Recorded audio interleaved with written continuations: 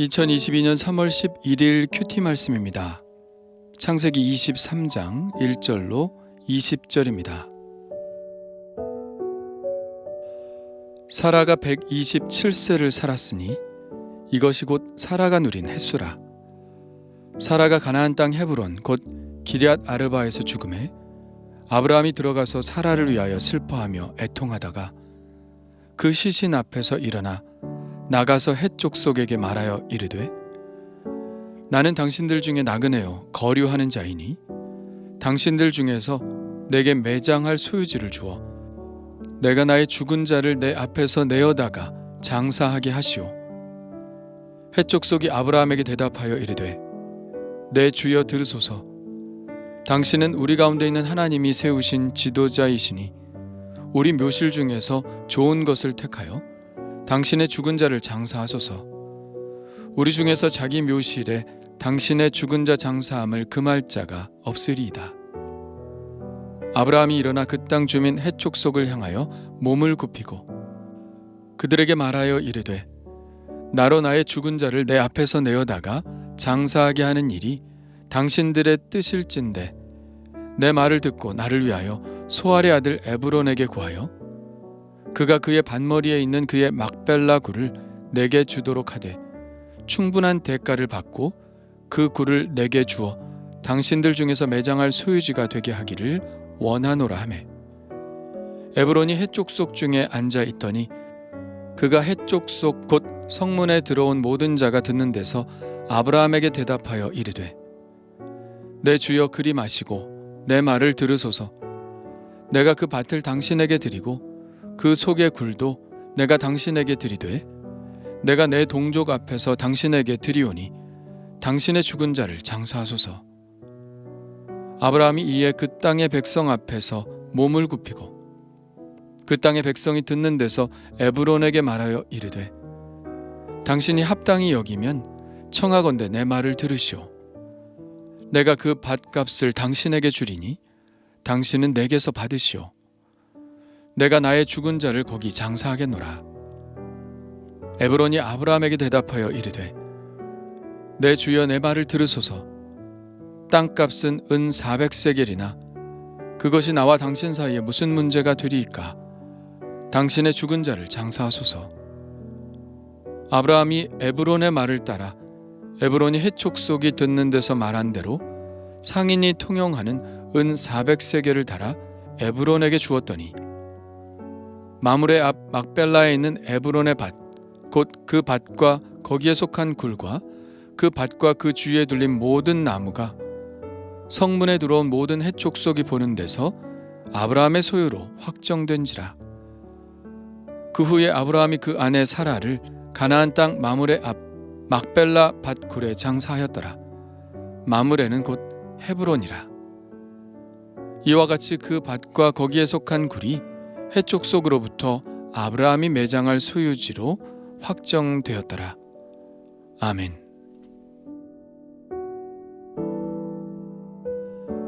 사라는 127세를 삽니다. 이삭을 낳은 것이 90세 때이니 지금 이삭의 나이는 37세가 되었겠네요. 이삭을 일찍 낳았더라면 이삭이 결혼하는 것도 보고 손자 손녀도 안아보았을 텐데 사라는 그런 기쁨을 누리지는 못합니다. 아브라함은 이때 부엘세바에서 다시 헤브론으로 왔을 때입니다. 헤브론은 아브라함이 이전에도 꽤 오랫동안 머물렀던 곳이죠. 베델에서 조카 롯과 헤어지고 헤브론으로 이주한 아브라함은 이곳에 있을 때 소돔을 도와 승전을 했고 이스마엘을 낳았으며 천사를 대접하고 이삭을 낳을 것이라는 약속을 받은 곳도 바로 헤브론입니다. 그는 또 이곳에서 소돔의 멸망도 지켜봐야 했죠. 그 후 그랄 땅과 부엘세바에 머물렀던 아브라함은 언제인지는 모르나 다시 헤브론으로 돌아옵니다. 그리고 사라의 죽음을 이곳에서 맞이하게 되죠. 아브라함은 사라의 죽음을 슬퍼하며 애통하면서 애도의 시간을 갖습니다. 그러면서 무슨 생각이 났는지 헤브론의 원주민인 헷 족속에게로 가서 이렇게 말합니다. 나는 당신들 중에 나그네요 거류하는 자이니 당신들 중에서 내게 매장할 소유지를 주어 내가 나의 죽은 자를 내 앞에서 내어다가 장사하게 하시오. 우리는 햇사람을 히타이트로 알고 있습니다. 청동기 시대를 연 민족이죠. 본래는 인도 게르만 족속입니다. 이들은 주전 18세기경 아나톨리아, 지금의 터키를 중심으로 발흥을 했었죠. 그러다가 서쪽의 바다 민족들에게 정복을 당한 후 북부 수리아에 자리를 잡습니다. 이들이 남쪽 팔레스타인까지 내려와 가나안의 주민이 되죠. 다윗 왕 때 장수인 우리야가 햇사람인데 다윗은 가나안 원주민인 햇사람을 등용하여 장군을 삼은 것입니다. 그 햇사람들이 아브라함 때 헤브론에 거주한 사람들이었죠. 아브라함의 말대로 아브라함은 그저 나그네에 불과했습니다. 가나안 땅 이곳저곳에서 살았지만 정작 그는 원주민들의 허락을 받고 살았을 뿐 땅 한 평도 차지하지 못했죠. 그런데 이제는 땅이 필요해졌습니다. 이제 사라는 옮겨 다닐 수 없는 처지가 되었거든요. 아브라함이 지금까지 땅을 사지 않은 이유는 하나님께서 또 언제 어디로 가라고 하실지 모르니까 그랬을 겁니다. 그리고 나그네가 땅을 사고 정착하는 것을 원주민들은 탐탁지 않게 여겼죠. 그러나 이제는 구실이 생겼습니다. 그래도 사람들은 어떤 이가 죽고 그를 애도하고 장례를 치르는 것을 매우 중요하게 여겼기 때문에 아브라함은 이 기회를 틈타 땅을 사려는 의사를 보입니다. 그러나 해쪽 속의 사람들은 매우 정중하게 거절을 하죠. 이렇게 말합니다. 내 주여 들으소서. 당신은 우리 가운데 있는 하나님의 세우신 지도자이시니 우리 묘실 중에서 좋은 것을 택하여 당신의 죽은 자를 장사하소서. 우리 중에서 자기 묘실에 당신의 죽은 자 장사함을 금할 자가 없으리이다. 그냥 이미 조성되어 있는 공동묘지 중 하나의 묘실을 줄 테니 거기에 장사하라는 것입니다. 그러나 아브라함은 더욱 정중히 몸을 굽히고 말하죠. 나로 나의 죽은 자를 내 앞에서 내어다가 장사하게 하는 일이 당신들의 뜻일진데 내 말을 듣고 나를 위하여 소알의 아들 에브론에게 구하여 그가 그의 밭머리에 있는 그의 막벨라 굴을 내게 주도록 하되 충분한 대가를 받고 그 굴을 내게 주어 당신들 중에서 매장할 소유지가 되게 하기를 원하노라. 아브라함은 이미 보아놓은 땅이 있었습니다. 그러자 땅의 주인인 에브론이 그 말을 듣고 아브라함에게 이렇게 대답하죠. 내 주여 그리 마시고 내 말을 들으소서.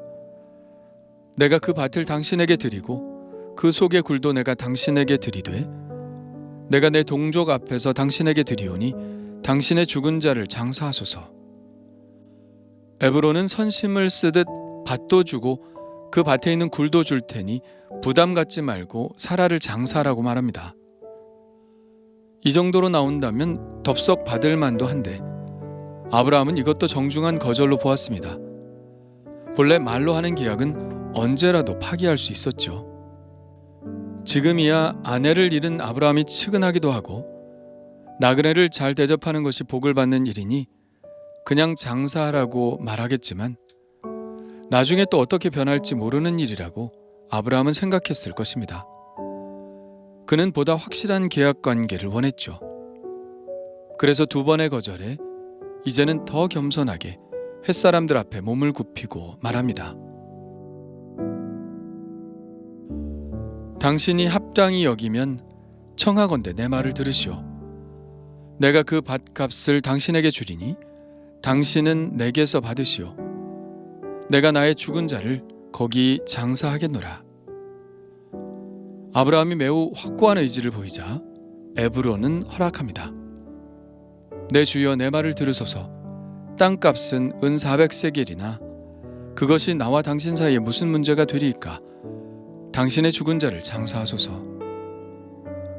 에브론은 땅값이 400세겔이라고 말하면서 그것이 나와 당신 사이에 무슨 문제가 되겠느냐고 마치 선심 쓰듯이 말하지만 실제로 계산해보면 에브론은 땅값을 매우 높게 부른 것입니다. 보통 중동에서는 거래를 할 때 높은 가격을 부른 후 흥정을 통해서 서로에게 합리적인 가격을 찾아가죠. 그러나 아브라함은 이 가격이 매우 비싼 것임을 알고도 주인이 부른 가격을 수락합니다.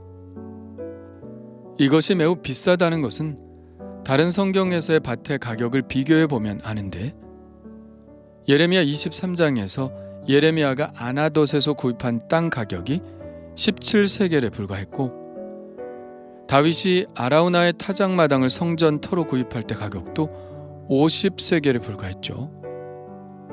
그리고 북이스라엘 오므리 왕이 수도를 옮기려고 사마리아 산 전체를 샀을 때의 가격이 6,000세겔이었으니 아브라함이 에브론에게 지불한 400세겔이라는 가격은 매우 높은 가격이라고 할 수 있습니다.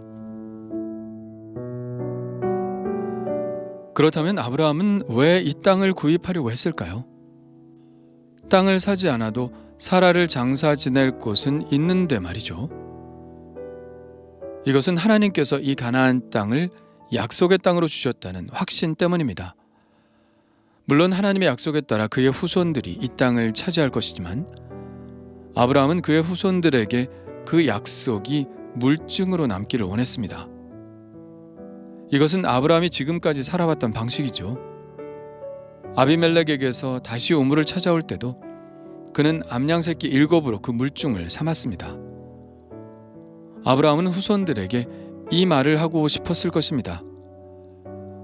내가 이 땅을 찜해 놓았으니 너희들은 반드시 하나님의 약속에 따라 이 땅을 차지해야 한다고요. 막벨라 굴을 구입한 것은 아브라함의 가장 마지막 일이었죠. 그는 죽기 전에 이 땅은 하나님이 나와 후손들에게 주신 땅이다 라는 것을 선포하기 위해 이 땅을 구입한 것이죠. 그러나 사실 나그네가 땅을 구입한다는 것은 불가능한 일이었습니다. 그러나 그는 성숙한 태도를 햇사람들에게 보이므로 그 땅을 살 수 있도록 허락을 받았습니다. 그는 거절을 당할수록 더욱 허리를 굽혀 간청했습니다. 이러한 아브라함의 태도는 우리 그리스도인들에게 매우 귀한 교훈이 되죠. 어떤 그리스도인들은 하나님의 약속을 실현하는 과정 속에서 매우 권위주의적인 경우를 봅니다. 예를 들면 아브라함이 만일 미성숙했다면 이랬을지도 모르죠. 이 땅 어차피 하나님이 나와 내 자손들에게 주신다고 약속하셨으니 결국 우리 땅이 될 텐데 너희들 그래봐야 아무 소용없어. 하나님의 말씀은 반드시 이루어지니까 당신들은 이 땅을 내게 주어야 해. 어찌 보면 신앙이 엄청 좋은 것 같아 보입니다. 그러나 그러한 위협적인 태도를 하나님이 기뻐하실까요? 그렇지 않을 겁니다. 예수님이 우리를 구원하시기 위해 겸손하게 십자가를 지신 것을 보면 알 수 있죠. 우리 그리스도인들이 특히 은혜를 많이 받았다고 스스로 생각할 때 다른 사람들을 무시하고 내가 받은 은혜를 최고로 내세웁니다. 자기는 하나님이 주신 권위로 이야기한다고 하지만 다른 사람들이 그 모습을 보면 심한 거부감이 생기죠. 예수님이 그러셨나요? 아닙니다. 예수님은 언제나 다정하셨고 친절하셨습니다. 어린아이를 앞에 세우시고 이 어린아이와 같지 않으면 하나님의 나라에 들어갈 수 없다고 말씀하셨죠. 은혜를 받을수록 어린아이 같아지는 것, 아브라함처럼 더욱 겸손하게 사람들을 대하는 것, 그것이 예수님의 성품을 닮은 온유하고 겸손한 그리스도인들의 태도여야 합니다. 사랑은 오래 참고 온유하며 교만하지 않으며 무례히 행치 않거든요. 아브라함의 모습을 통하여 우리 그리스도인들이 세상 속에서 어떻게 살아야 하는지를 배우게 됩니다. 주님 감사합니다. 하나님의 약속을 실제적인 것으로 만들기 위해 머리를 숙였던 아브라함의 열정과 겸손을 본받게 하여 주옵소서. 하나님의 자녀로서의 당당함을 가지고 있되 겸손하게 이웃들을 사랑하여 주님이 그들을 얼마나 사랑하시는지를 바로 그 사랑을 보이게 하여 주옵소서. 예수님의 이름으로 기도합니다. 아멘.